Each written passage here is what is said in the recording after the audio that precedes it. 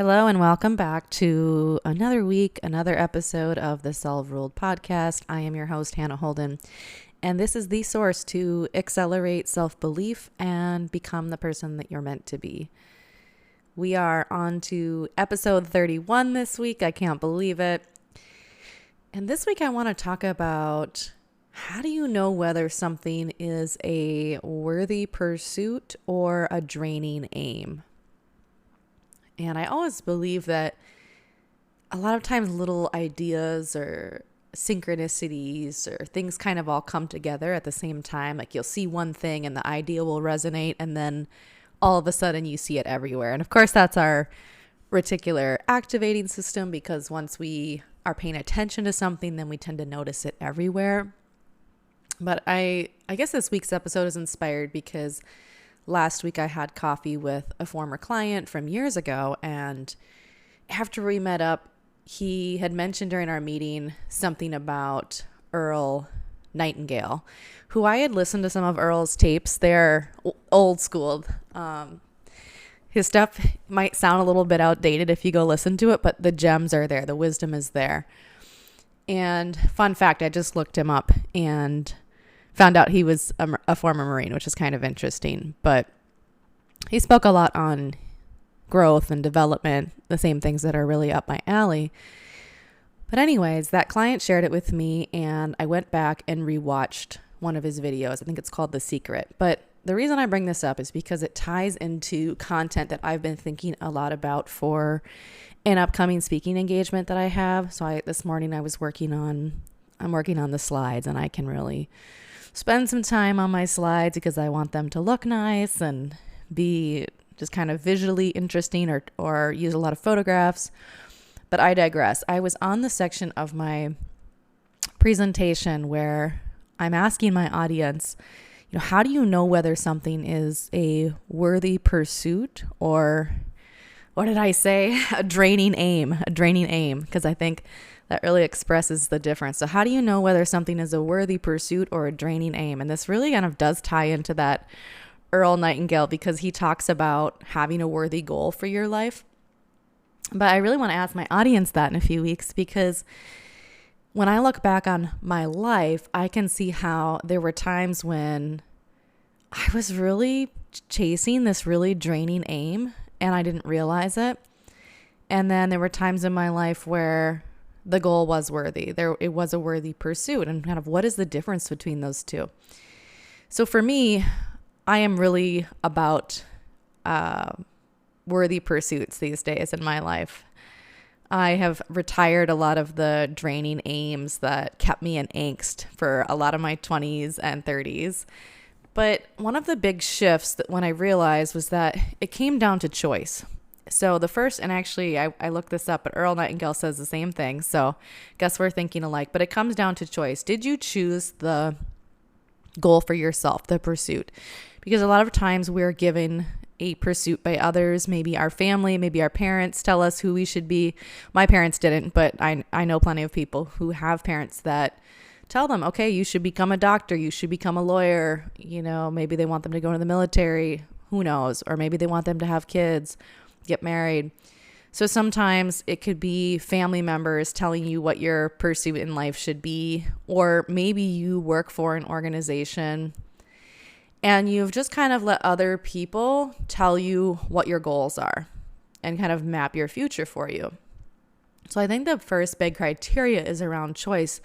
Did you choose this pursuit for yourself, or did you inherit this pursuit from your parents, or has it been defined for you by the person or the company you work for? And so a lot of times when that goal has been assigned or inherited from others, it just doesn't hold much meaning for us. And so though we may put some effort into trying to achieve it, it can often become a draining aim because it doesn't actually resonate with us and who we are and what's actually important to us. So the first criteria is around choice. Did you choose it? What is that ideal, that goal, that pursuit that in order for it to be worthy for you, you have to choose it for yourself. You have to choose that path and decide that the journey is worth it. I remember being in my 20s and going on journeys that really weren't worth it because I was trying to live up to other people's expectations or this idea of who I thought I should be, or maybe trying to gain approval from other people. I think back even my early 20s when I was in the Marine Corps, there were so many goals I had. And sometimes we just have to set a goal inside a system. It might not be a goal or a pursuit that is completely defined by us, but it might have to be something that works within a system for a while. So, for example, I remember when I was in the Marine Corps, my first 2 deployments, I felt like they were a little bit boring. I was an intelligence analyst, and my personality, I start to get bored. Once I feel like I get something, once I feel like I don't even have to be at the level of a master of something. If I get to a point where I feel like I'm skilled at something, I'm almost ready to move on. And so that's always been my personality. So I remember being in the Marine Corps and doing a couple of deployments and starting to feel more skilled as an intelligence analyst. And then I started to get bored. And I was just like, okay, what's the next thing? And I remember wanting to go into counterintelligence because that sounded really interesting at the time. And I was just kind of itching to grow. As humans, we're always wanting to grow. Whether or not we allow ourselves to grow, we are always seeking growth. And when that didn't work out, I remember volunteering for my 3rd deployment. And I did that because I was wanting a taste of something different. I was wanting to be challenged. I felt like I was no longer at the edge of my growth. I needed more growth, more challenge, even if that meant going on a deployment with special operations and maybe getting pushed to my next edge. But that was me kind of setting a goal within the context of being in the military, and that was an environment that was, around me. So it wasn't like I, when I was a kid, thought, oh, you know what, one day I'm going to go on a deployment to Afghanistan and I'm going to do it with Marine Special Operations. No, I had never thought anything like that. But in the context of the environment that I was in, that was the worthy goal, the worthy pursuit that I could see for myself.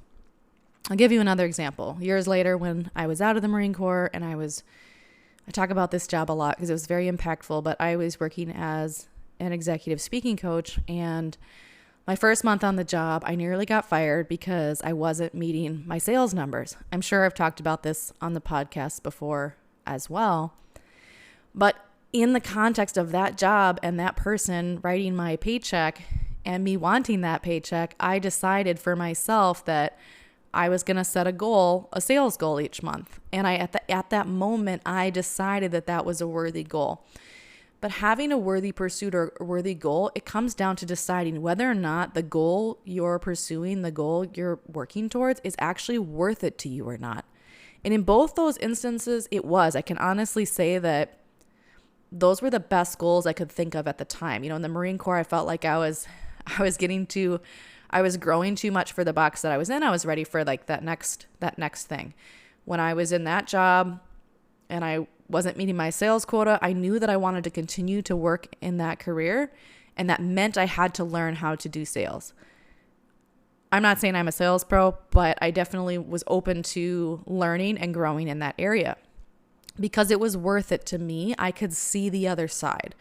So I share these examples because whether you're inside of a company, inside of a contract, like I was in a military contract, maybe you're in some kind of contract where you're there for a set period of time, or maybe it's even just a career where you feel like, okay, I'm not going to leave for a couple of years, something like that. You can still figure out inside of that what is a worthy goal, and then make the choice to invest in it and work towards it. Something else, when I was looking back at Earl Nightingale's work, and one of the other criteria he talked about was that the goal should give you a positive emotion. And I don't know, looking back, I'm trying to think about those experiences. I don't know if I really had a positive emotion. I think I had a positive emotion around maybe the excitement of what could be, craving that growth. So there were some positive emotions. But what I want to talk about next is kind of, what about creating a worthy pursuit outside of the current life that you're in, the current job that you're in, the current contract that you're in?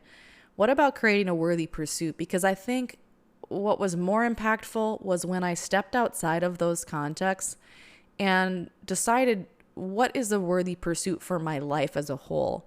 Not, how am I going to make the best of growth in this situation, or how am I going to conquer this mountain to survive and keep this job? But when I got to a point where I started asking myself that question of like, what kind of life do I want? Where do I see myself in the future? And really started thinking about it outside of a specific job, because then your worthy pursuit becomes more about your life as a whole and who you want to evolve into becoming. And it becomes so much larger than any one given job that you could have, relationship that you could have, opportunity or sale. And so I think a lot of times our goals are too small. And so we get caught up in the minutia, especially when we struggle with a certain goal. Maybe the goal is it is minutia because it's not really about the bigger picture of our life and who we're becoming and who we want to become. And sometimes when our goals are too small, we're not thinking big enough about our life, they can kind of become stumbling blocks, especially if we don't do real well with one of them. So I believe a worthy pursuit has got to be bigger than just the current job we're in, the current relationship, the current opportunity, the current quota, whatever it is, and really step outside of those contexts and think for ourselves about what would be a worthy ideal, a worthy pursuit, a worthy goal if we were to spend the rest of our life working towards it. And even if we never, quote unquote, got to the finish line, we would still be fulfilled. To me, that's how I know something's a worthy goal. I'm willing to wake up every day and keep working towards it, even if I never, quote unquote, get to the finish line. So a worthy pursuit is something you choose, and ideally you choose it outside of the context of your current role or your current minutia that you're in. And also, it's something that makes you feel a positive emotion, like Earl Nightingale said. And when I think about the vision that I have for my life, it does bring me positive emotion when I think about being that person, when I think about achieving those goals. And then, yes, now I'm see if I'm going to blank on the last one. Oh, yes, I'd be happy pursuing it for the rest of my life. I'd be happy waking up and working towards it for the rest of my life. So those to me are, between Earl Nightingale and my thoughts, and we did really have the same thoughts, what I would say is a worthy pursuit in your life. Now, on the flip side, what I would say about draining aims, to me, you will know something is a draining aim when it constantly takes more from you than it's giving. It is draining your battery, but it is giving you nothing in return. Another way you'll know that something is a draining aim is when it requires you to be a false version of yourself. And I don't know about you, but the older I get, I am just not willing to be fake. I'm not willing to be inauthentic. I'm not willing to pretend to be anyone other than who I truly am. And so it's a draining aim if it requires you to be a version of yourself that isn't authentic, or if it requires you to shrink yourself. If the aim is requiring you to be a smaller version of yourself, or it's keeping you small, keeping you stuck. I know this is trendy language, but it really is powerful, because if you think about it, when you feel boxed in by something, that can be very draining. Because like I said, as humans, we desire growth. We desire expansion. So when you feel boxed in by something and it's really preventing you from that expansion that you need. I mean, you think about, it's all of these images of like a puppy or something, or a pet that's in a cage that's way too small for how big it is. I mean, that's a lot of us. We're in a place, and so it's draining. We don't have the space we need to run around and expand. I'm trying to think of what else I would say for how you know it's a draining aim. I guess the other thing I would say is, and this is kind of like the inverse of the choice thing, is like, if someone else is choosing it for you, if you're doing it for someone else, you're trying to force yourself to pursue this draining aim because you're trying to do it for someone else. it's because you're worried what other people will think. Maybe other people have expectations that you stay in this job, or other people have expectations that you continue to be this person or this version of you that they know, and they don't want to see you change or grow. There's probably a lot of others, but to me, those would be some of the major signals that it's a draining aim. And I guess I'll just leave you with this message, because hopefully something I'm sharing today is helpful for you when you think about your life and the various communities and jobs and things that you're in. But I guess what I would leave you with is the truth that you only have one life to live. And would you rather spend your life with draining aims, or would you rather create a worthy pursuit for your life that you want to wake up every day and move towards? And I think most of us would say we want the worthy pursuit, but the only person that can choose the worthy pursuit is us. And a lot of times that means letting go of the things that are draining us. We worry that there's going to be a high cost of letting go of some of those things, but the higher cost is holding on to things that aren't for us. All right. Well, thank you so much for listening this week, and I will see you next time.